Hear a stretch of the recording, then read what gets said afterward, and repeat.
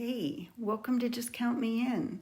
This podcast is for people who are ready to stop living on autopilot and start creating the life that actually feels really aligned, meaningful, and fully their own. I'm Sari Stone. I'm a holistic coach, an educator, a tutor, and someone who definitely understands firsthand what it feels like to look like you've got it all together on the outside while secretly feeling disconnected from yourself on the inside. For years, I followed a path and followed the path that I thought I was supposed to take, checking all the right boxes, never really feeling all the way fulfilled, always feeling like I was living alongside my life. Everything shifted after a series of wake-up calls, powerful mentors, and I had some experiences that completely changed the way I saw life, purpose, and myself. Wayne Dyer says, when you change the way you look at things, the things you look at change. And that's what this podcast is all about. Every week, I'll bring you real conversations, mindset shifts, practical tools, some inspiring interviews, and give you some really honest ideas for reflections to help you break through your limitations, reconnect with yourself at a deeper level, and create lasting transformation from the inside out. Because whether I am coaching adults, tutoring students, or speaking with entrepreneurs, one thing is always true. People thrive when they finally believe they're capable of more. We'll talk growth, healing, relationships, purpose, confidence, spirituality, and what it actually means to live authentically in a world that is constantly telling you who to be. So if you're ready to trust yourself more, to think differently, and step into the life that you actually were meant to live, just count me in. Let's do this together. Hit subscribe and share this with someone who needs it. Welcome. Thank you so much for joining me today. Welcome back to Just Count Me In. And I'm Sari. I'll be your host. This is a solo episode today. We're talking about something that sounds incredibly simple, but it may be shaping your life more than almost anything else. It's actually your words. Your brain is always listening. And whether you're a leader or a parent or a teacher or a coach or a partner, or you're just somebody trying to build a meaningful life, the language you use matters more than you realize, far more than most of us realize. I found this topic really interesting right now because we're moving towards the summer solstice, which is the brightest day of the year. It's the season of light, and light actually reveals things for people. What if one of the things worth bringing into the light is the way we speak to ourselves and to the people we love? Most people assume language just describes reality. I looked into it because I wanted to find out why this coincidence that the way I'm speaking to myself and the way I hear others speaking to themselves seems to be what they speak into existence almost. So I looked into the neuroscience. Language actually does help create the reality that we experience, not because it changes facts, but because it changes attention. So your brain is constantly scanning the world and it's asking, what matters? What should I notice? What should I expect? What should I prepare for? Scientists often describe the brain as a prediction machine, and I talk about this with my clients all the time. Your brain is really good at predicting based on probability. It uses all past experiences and beliefs and repeated thoughts to predict what's going to come next. One of the strongest ways we reinforce those predictions is through our language.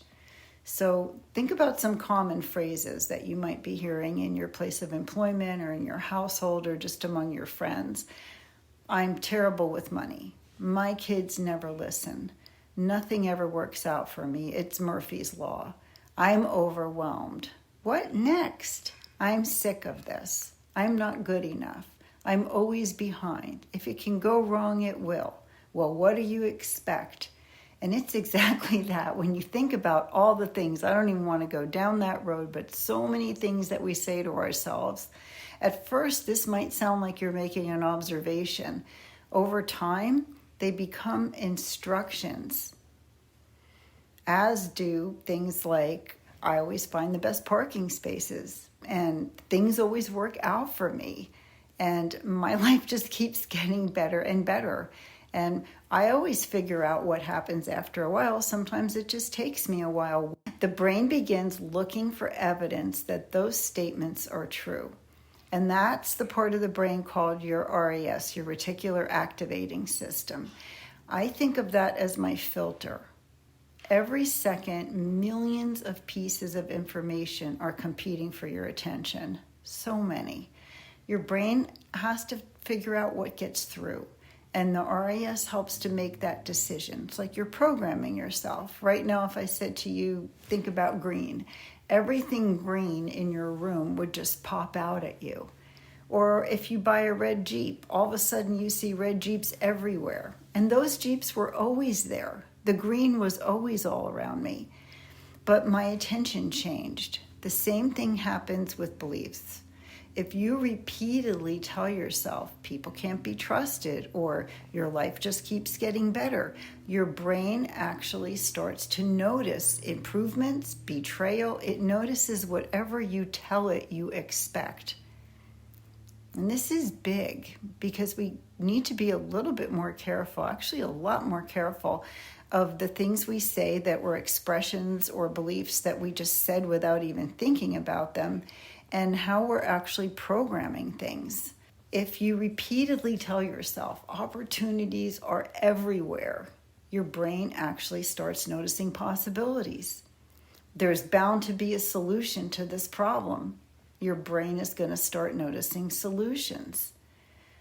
The world hasn't necessarily changed. Your filter has. What you line up with has. So let's go one step further with this. Neuroscience also talks to us about neuroplasticity, and we talk about this a lot on the podcast. Your brain changes based on repetition, and the pathways we use become stronger. Just like when you make a path in the snow and you break that first path in the snow, make a trail, it's easier to go down that path again and again.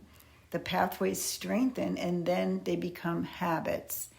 The habits end up becoming your truth. You're part of your identity, and that makes a life. What starts as a thought that can eventually become the lens through which we see the world.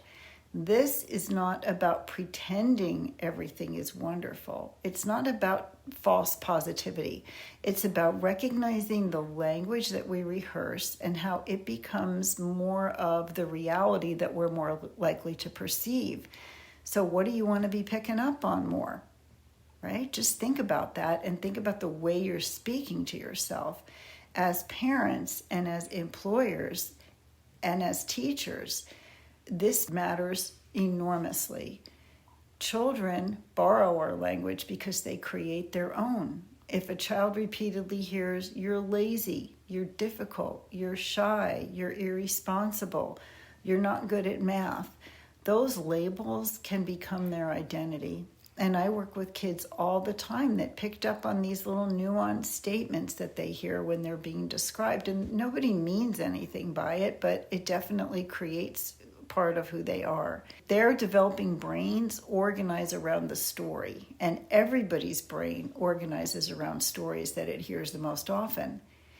It's amazing how many adults, and I was one also, are still carrying narratives that never really even belonged to them in the first place. So a really important question that you can ask yourself is, whose voice do I hear when I'm saying this? Whose voice do I hear when I say to myself, money doesn't grow on trees? Whose voice do I hear when I look in the mirror and criticize myself? Because for many people, it's not actually their own. Leaders create cultures in exactly the same way. Language becomes culture long before it becomes policy. A leader who constantly says, we can't, we're behind, nobody cares, it's a stressful profession, everything's falling apart, creates a really different environment than a leader who says, we're learning, we're adapting, we're solving, we're growing, we'll figure it out. The facts may be identical, their situation may be identical, 99% sure that they're going to get a different outcome when their attention changes. Where your attention goes, energy flows. This applies to entire groups of people. Many men grow up hearing, don't cry, man up, handle it. You are as valuable as what you produce, stay strong. Many women grow up hearing, don't be too much, don't take up too much space, make sure you keep everybody happy, don't make people too uncomfortable. Many teenagers carry scripts like, I'm never going to fit in, I'm really not good enough, nobody really gets me, I've got to be perfect or I'm not even going to try. These aren't just thoughts. They're rehearsed neural pathways. And when you start to think of them that way, your script flips. Every time they're repeated, they become easier and easier to access. So what are you creating in your business, in your marriage, in your friendships, with your children? It's a lot. The beautiful news is that neuroplasticity works both ways. The brain can change. We had somebody in our family that was 102 years old, I want to say, and she completely changed. New language can create new attention. New attention can create new experiences. Then new experiences give your brain evidence. And it makes it more and more familiar. We know the brain likes familiar so that it feels safe. So you feel more and more safe thinking these thoughts. So today I want to offer a little bit of a challenge. For one day, just take a moment and listen. Notice your words. Notice how often you say, I have to. I feel overwhelmed. I'm stressed. I always. I never. They always. They never. Nothing works. This is just who I am. And then ask yourself, am I describing reality or am I programming it? Because your words are instructions and your brain is always listening. Every day, your brain is asking, what should I notice? What should I expect? Who exactly am I? What kind of world am I living in? And the words you repeat become the lens through which you experience your life. If I say to myself, I really can't trust people, my brain is going to start collecting evidence that supports that statement. Contrary to that, if I say to myself, the world is an awesome place and I always meet the best people wherever I go, I'm going to be looking for that evidence, supporting evidence. Repeated thoughts create repeated neural pathways. Repeated neural pathways become really efficient. Efficient pathways become automatic to us. We don't even think about it to put our directional on before we turn our cars. We don't think about a lot of things because they're pretty automatic. Eventually, what started out as a thought becomes like a habit of the way we perceive the world. And your brain literally becomes better at running the pattern that you practice. So what are you practicing? Are you practicing gratitude? Are you practicing anxiety? Are you practicing optimism? Are you practicing being a victim? Are you practicing possibility? Are you practicing cynicism? I mean, the list goes on, but start paying attention because the repetition really matters. And the language is what helps us reinforce the repetition. When someone repeatedly says, I'm overwhelmed, I can't do this, everything is a disaster, think about what those words really mean. Because your brain is taking those statements as meaningful information. It doesn't know. Research shows that negative self-talk actually increases stress responses and it activates threat networks in your brain. When threat networks are active, creativity decreases, problem solving narrows, emotional regulation weakens, and you have a harder time making decisions because it becomes more reactive. In other words, the language isn't just describing your experience, it's actually sustaining it. Children borrow language before they create their own. Whatever you're repeatedly saying to your children, their developing brain organizes around these stories. And years later, many adults are still speaking to themselves in the voice of someone else. Always stop and ask whose voice is living inside your head when you talk to yourself. Leaders, if leadership repeatedly says things like, we're behind, we're struggling, nobody really wants to work, everything is changing, people begin operating from scarcity and threat, and that's just not healthy.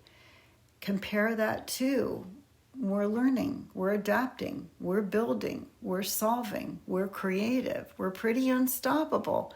The feeling is completely different, and part of being an aligned leader is getting your own feeling right, getting your own language in place, maybe flipping some of your own scripts, because the facts that you're dealing with might be identical, but the outcome is going to be different. The goal is intentional thinking, not putting a band-aid of false positive phrases on everything that you don't really feel or believe. It's accurate and intentional thinking.